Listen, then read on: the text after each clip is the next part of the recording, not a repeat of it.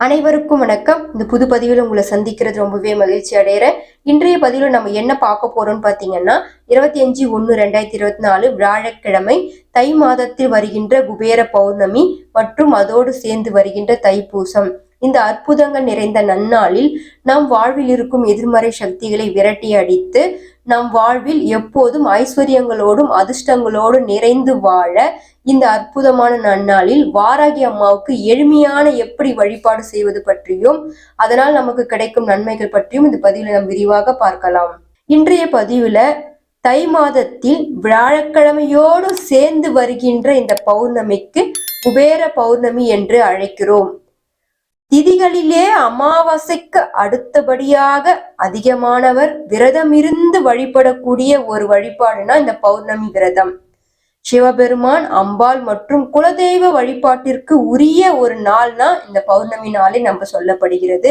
இத்தனை அற்புதங்கள் நிறைந்த இந்த பௌர்ணமி நாளில் அதுவும் இந்த தை மாதத்தோடு வியாழக்கிழமையோடு சேர்ந்து வருகின்ற இந்த பௌர்ணமிக்கு குபேர பௌர்ணமி என்றே அழைக்கிறோம்.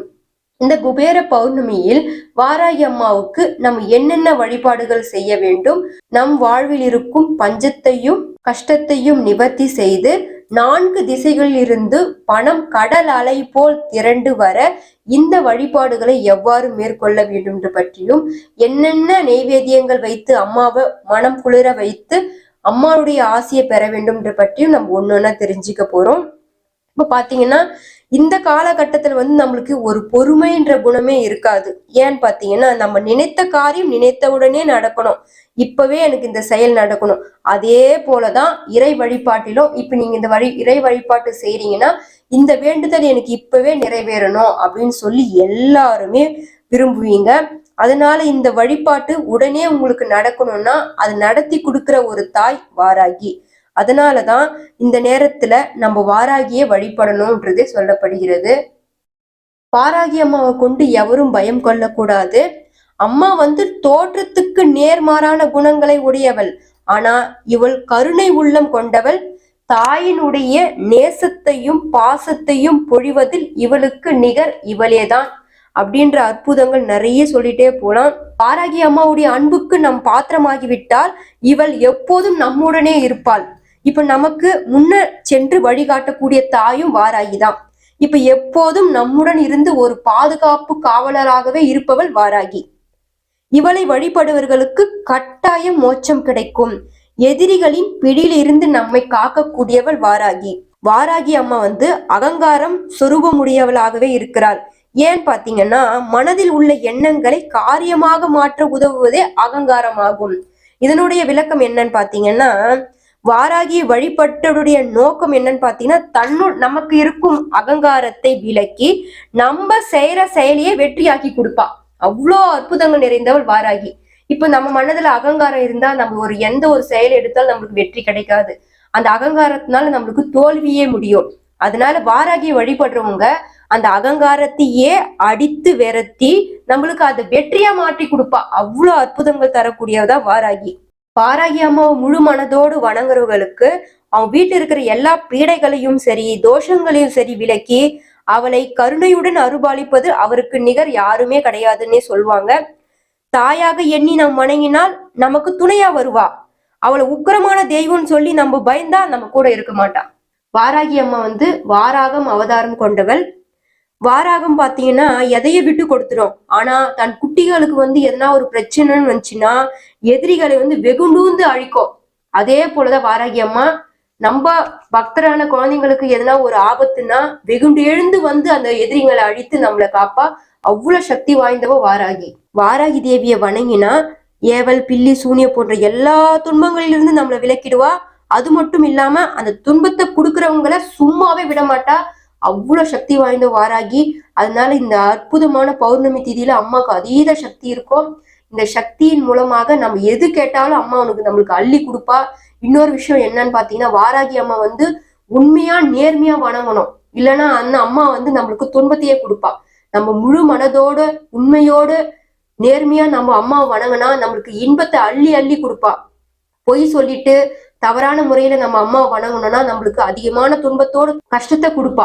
அதனால நீங்க கவனமா இருந்து இந்த வழிபாடு செய்யணும். இப்போ வாங்க அந்த வழிபாடு எப்படி செய்யறதுன்றது சென்று பார்ப்போம்.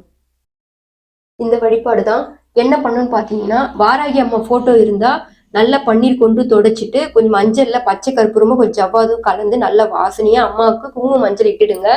இட்டுட்டு அம்மாவுக்கு மஞ்சள் மாலைகளை செலுத்துங்க. அப்படி இல்லைன்னா கூட ஒரு விரலி மஞ்சள் கூட அம்மா காலடியில வச்சிருங்க. அம்மாவுக்கு உண்டான செவ்வரளி பூ இல்ல சிவப்பு மலர்கள் வச்சிருங்க. அதுக்கப்புறம் நெய்வேத்தியம் பாத்தீங்கன்னா அம்மாவுக்கு வந்து மண்ணால் விளைந்த பூமிக்கு அடியில் மண்ணால் விளைந்த பொருட்கள் ரொம்ப விருப்பமானது. அதனால நான் கழுங்கு வகைகளை வச்சிருக்கேன். நம் வாழ்வில் அன்னத்துக்கும் தனம் தானியத்துக்கும் எப்போதும் குறைபாடு இல்லாமல் இருக்க இந்த பௌர்ணமி திதியில நம்ம நவதானியங்களை வைத்து வழிபடுவது ஒரு சிறப்பானது. அதனால வச்சிருக்கேன். அதுக்கப்புறம் பாத்தீங்கன்னா பஞ்ச விளக்குகள் ஏற்றணும். அம்மாவுக்கு எப்பவுமே பஞ்ச விளக்கு நம்ம ஏற்றி வழிபட்டால் நம் வாழ்வில் இருக்கும் கஷ்டங்கள் அனைத்தும் நிலகி நாம் எப்போதும் சந்தோஷமா இருக்க இந்த ஒரு வழிபாடு பஞ்ச தீபங்கள் ஏற்றுவது. அதுக்கப்புறம் ஒரு சிறப்பான வழிபாடு செய்யணும் இந்த பௌர்ணமியில. ஏன் அப்படி செய்யணும்னு பாத்தீங்கன்னா, நம் வீட்டில் இருக்கும் எதிர்மறை சக்தி நம்மளுக்கு கண்ணுக்கு தெரியாம இருக்கும். இந்த பௌர்ணமி திதியில இந்த வழிபாடு செய்தோம்னா அது எதிர்மறை சக்திகளா இருந்தாலும் சரி, கெட்டது கண் திருஷ்டி ஏவல் பில்லி சூனியம் எதுவா இருந்தாலும் இந்த நேரத்துல அது விலகிடும்.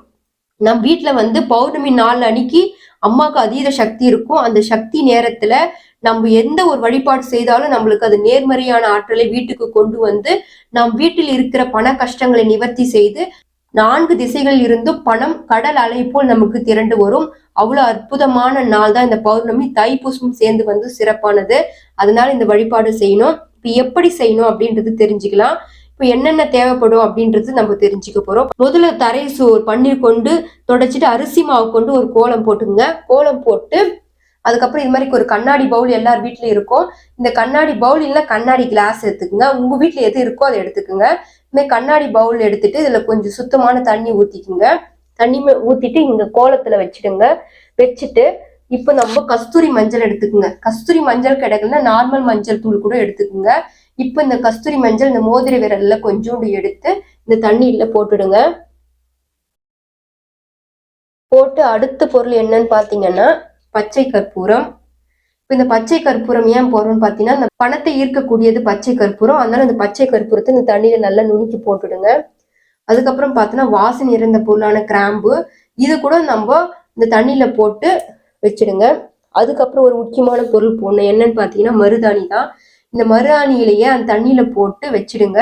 நம் வீட்டுல வந்து மருதாணி தீபம் ஏற்றினாலும் ஒரு சிறப்பான பலன் கிடைக்கும். இந்த மருதாணியை தண்ணியில் போட்டு நம் வழிபாடு செய்தாலும் நம்மளுக்கு நன்மைகளை தேடி வரும்.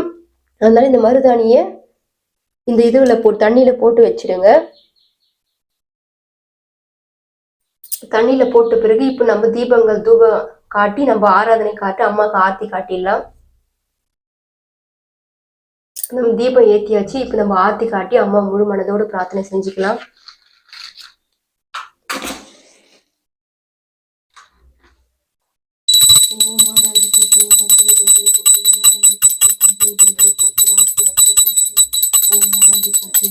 தேவியை போற்றியும் ஸ்ரீ வஜ்ர கோஷம். பூங்காராகி போற்றியும் பஞ்சமி தேவியை போற்றியும் ஸ்ரீ வஜ்ர கோஷம். அம்மா முழு மனதோடு இந்த பௌர்ணமி திதியில பிரார்த்தனை செஞ்சுக்கோங்க. எங்களுக்கு எந்த ஒரு கஷ்டம் வரக்கூடாது. நாங்க எப்போதும் பஞ்சம் இல்லாம சந்தோஷமா வாழணும். எங்களுக்கு எதிரிங்க தொல்லை இருக்கக்கூடாது. எங்களுக்கு எப்போதும் கடல் அலை போல பணம் திரண்டு வரணும். எங்க வீட்டுல எதிர்மறை சக்திகளை விலகிடணும். என் குழந்தைங்களை ஆரோக்கியமா இருக்கணும். எங்க நோய் நொடியின்றி நாங்க எப்போதும் சந்தோஷமா இருக்கணும்னு சொல்லி அம்மாவை இந்த நேரத்துல முழு மனதோட பிரார்த்தனை செஞ்சுக்குங்க. அம்மாவுடைய பரிபூரண அருள் உங்களுக்கு கிடைக்க இந்த நேரத்துக்கு இந்த அம்மாவுக்கு உண்டான அர்ச்சனைகளை செய்யுங்க. அம்மாவுடைய 12 திருநாமங்களை படிங்க. ஓம் பஞ்சமியே நமக, ஓம் தண்டநாதாவே நமக அப்படின்னு சொல்லி அம்மாவுடைய 12 திருநாமங்கள் சொல்லி வழிபடுங்க. அம்மாவிடம் நீங்க மன உருகி ஒரு தாயிடம் கேட்கிற போது நீங்க கேட்டீங்கன்னா அம்மா உங்களுக்கு அனைத்தையும் செய்து கொடுப்பா. அதுவும் முழு நம்பிக்கையோடு பக்தியோடு நீங்க கேட்டீங்கன்னா அம்மா உங்களுக்கு அனைத்து செல்வங்களையும் தேடி கொடுத்து உங்க கடன் முழுவதும் அடைத்து பஞ்சங்களை நிவர்த்தி செய்து அனைத்து அருளையும் செய்பவள் வாராகி அம்மா. அதனால இந்த அற்புதங்களை நிரகத்தி கொடுக்க இந்த அற்புதமான பௌர்ணமி கிடைச்சிருக்கு. இந்த வழிபாடை செய்து முழு பலனையும் பெறுங்க. இப்போ முதல்ல பௌர்ணமி எப்போ வருதுன்னு தெரிஞ்சுக்குங்க. 24/1/2024 இரவு 10:44 பௌர்ணமி தொடங்கி 25/1/2024 இரவு 11:56 பௌர்ணமி இருக்கிறது. அதனால நீங்க என்ன செய்யணும்னு பாத்தீங்கன்னா 25ஆம் தேதி இரவு 8 மணிலிருந்து 11 மணி வரை நீங்க இந்த வழிபாடு செஞ்சுக்கலாம். இப்ப என்ன பண்ணணும்னு பாத்தீங்கன்னா, இந்த வழிபாடு செஞ்ச பிறகு இந்த கண்ணாடி பவுல் இருக்க தண்ணி அப்படியே இருக்கட்டும். இரவு முழுவதும் அம்மாவிட்டே இருக்கட்டும். அம்மாவுடைய அருள் முழுவதும் அந்த தண்ணியில வந்து இறங்கிடும். அதுக்கப்புறம் நீங்க என்ன பண்ணணும்னு பாத்தீங்கன்னா, 26ஆம் தேதி காலையில 11 மணி வரையும் பூச நட்சத்திரம் இருக்கிறது. அதனால நீங்க என்ன செய்யணும்னு பாத்தீங்கன்னா, இந்த தண்ணியை எடுத்துட்டு போய் உங்க வீட்டு வாசப்படில தொடிங்க. வீடு முழுவதும் தெளிங்க. அதுக்கப்புறம் நீங்க பணம் வைக்கிற பெட்டியிலும் சரி, அதுக்கப்புறம் நீங்க பர்ஸ் வந்து அங்கங்க வச்சிருவீங்க. அந்த பர்ஸ்லயும் கொஞ்சம் அப்படி தெளிச்சு விடுங்க. அதுக்கப்புறம் நகை வைக்கிற பெட்டியில கொஞ்சம் லேசா தெளிச்சு விடுங்க. அப்புறம் உங்களுக்கு வந்து உங்க இப்போ கணவன் மனைவி ஒரு சண்டை எதனா இருந்துச்சுன்னா உங்க பெட்ரூம்லயே கொஞ்சம் லேசா தெளிச்சு விடுங்க. இப்போ உங்க ஆள்ல வந்து அதிகமா எதிர்மறை சக்தி இருக்கும். அதனால உங்க ஆள் ஃபுல்லா தெளிச்சு விடுங்க. எந்த இடம் எல்லாம் உங்களுக்கு பிரச்சனையா இருக்கும், அந்த மாதிரி சந்தேகப்படுற அந்த இடத்துல எல்லாம் இந்த தண்ணியை தெளிச்சு விட்டீங்கன்னா அந்த வீட்டுல இருக்கிற எதிர்மறை சக்திகள், ஏவல், பில்லி, சூனி எல்லாம் விலகிடும். இந்த பௌர்ணமி தேதியில உங்க வீட்டுல நேர்மறை ஆற்றல் உருவாகும். இப்ப இந்த தண்ணியை வந்து வீடு ஃபுல்லா தெளிச்சு முடிச்சிட்ட பிறகு மிச்சம் இருக்கிற தண்ணியை செடிகளில ஊத்திடுங்க. அப்படி இந்த வழிபாடு செஞ்சு நீங்களே பாப்பீங்க. வீட்டுல ஒரு மாற்றங்கள் கட்டாயம் நடக்கும். நீங்களே உணர்வீங்க அதனுடைய பலனை. அதனால இந்த வழிபாடு செய்து முழு நம்பிக்கையோட செய்யுங்க. அப்பதான் அந்த பலன் உங்களுக்கு கிடைக்கும். நீங்க எப்போதும் பஞ்சம் இல்லாமல் சந்தோஷமா நிம்மதியா வாழ இந்த ஒரு நாளை பயன்படுத்தி எப்போதும் நிம்மதியா இருக்க வாராகி அம்மா நான் முழு மனதோட பிரார்த்தனை செஞ்சுக்கிறேன். அதிவிரைவில் உங்க ஒரு புது பதிவோடு சந்திக்கிறேன். நன்றி, வணக்கம்.